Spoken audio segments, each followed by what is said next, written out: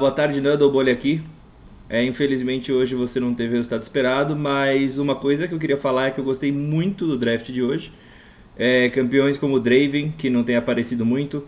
O próprio Thresh, que é um campeão que está sendo pick ou ban normalmente, mas às vezes passa e ninguém lembra do boneco. Então eu gostei muito do draft da Kabum, e a Kabum começou pondo bastante pressão, começou jogando bem a fase de rotas, foi bem agressiva no começo do jogo. Eu queria que você falasse um pouquinho mais sobre a transição de early para mid game, onde você acha que foi o momento onde a Kabum começou a perder um pouco o controle da partida. Well, the game, as you stated, was going pretty fine until that fight on the third Drake. League of Legends is pretty much a game of turns, it's a game of tempo. And as a team, this is something that we are working on, and I take full responsibility for our team not to be quite up to the level of the best teams in the region yet. But the moment we make that type of mistake where we enter the enemy play, the thing that the enemy wants, the game becomes extremely hard.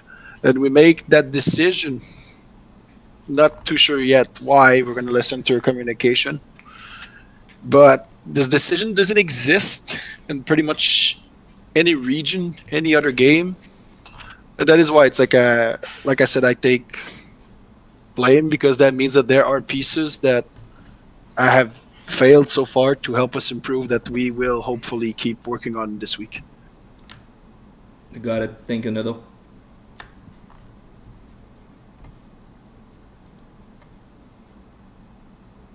Hi, Nedo. It's Butcher here from the enemy. My question is regarding the trash talk that Ryan did with Ranger pre-match. Obviously, Ranger loves this type of things, and but I guess it impacts the whole team since everybody's playing together. So, how do you think that it impacted the game, if impacted whatsoever? To be honest, I didn't even know there was any trash talk between anyone. I didn't really check the content that came out, but I mean, if they're gonna ask a jungler who's the best, he's just gonna answer. I'm guessing that's probably what was asked, because this is very common inside interviews. Do you want context? Yeah, sure. Yeah, so basically, Ryan said that the game would be easy because Ranger didn't play counter jungle style, and he thought it would be an easy match for Kabum. I mean, Ranger's a smart player. Like, I think he has a good balance between counter jungling and invading, but that's not really the reason why we ended up losing this game. And like I said, like, trash talk's part of the game. I think it's fun for all sides, and sure, sometimes it will maybe motivate people, but if they found more motivation in this than we found into having a chance to be the first position team, then we deserved to lose today. Nando, o Bolha aqui de novo, e claro que eu entendo que vocês querem ganhar, como qualquer outro time do cenário, todo mundo quer ganhar, mas vocês ainda estão numa posição confortável da tabela. E como você falou na primeira pergunta, você está trabalhando numa constante evolução da equipe para a equipe melhorar. Em esportes tradicionais, a gente tem o que a gente chama de peak, né, o peak time do performance, que normalmente você quer ter esse peak na hora dos playoffs. Então, tecnicamente falando, teoricamente falando, perdão, a Kabum pode estar jogando ok para bem agora, tendo pique nos playoffs, vocês ganham o CBLOL e tem essa evolução constante, como você mencionou na primeira pergunta. Existe uma preocupação muito grande por parte de você ou de alguém do time por não estar no caminho certo, ou você acha que vocês estão no caminho certo e derrotas apenas são tropeços que acontecem e vocês estão mais preocupados mesmo de ter esse peak performance no playoff? Well, our objective is to win CBLOL, and as you said, to win CBLOL, you need to peak in playoffs. So it's like we can use Pain as an example for last split, where they had a very rough start to the split. Even Volax last split had a rougher start to the split.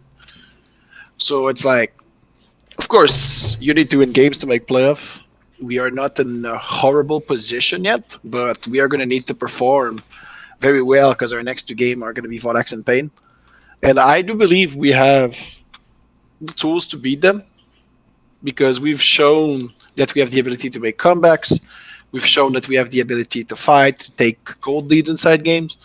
And there's one thing that's for sure. I think as a whole, we are extremely far from our peak. And I think Flamengo is the closest team to a peak in terms of performance. So we gave them a good early game, and then versus a team like them, if you make that type of mistakes that we did, you're gonna lose. And this is pretty much what happened. If you gave the lead we had to Flamengo in their actual mindset, they probably just win this game in 25 minutes, and this is the reality that is the game.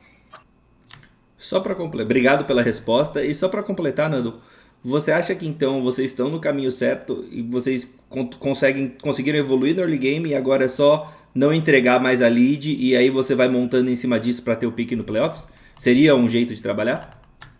Yeah, it is our objective. Like, league is a game of concept, and whether we want it or not, like in terms of tempo, it's not something that's extremely developed by too many people in Brazil. I think Flamengo and Varax are the two best team at executing this. I think INTZ in the past was one of them, and that's why they won so many championships. And that's pretty much it. It's part of the growth. We are gonna fail inside tempo. We're gonna fail inside windows that should never exist. And it's just part of the process that it is to be a team. Entendi. Muito obrigado, Nando.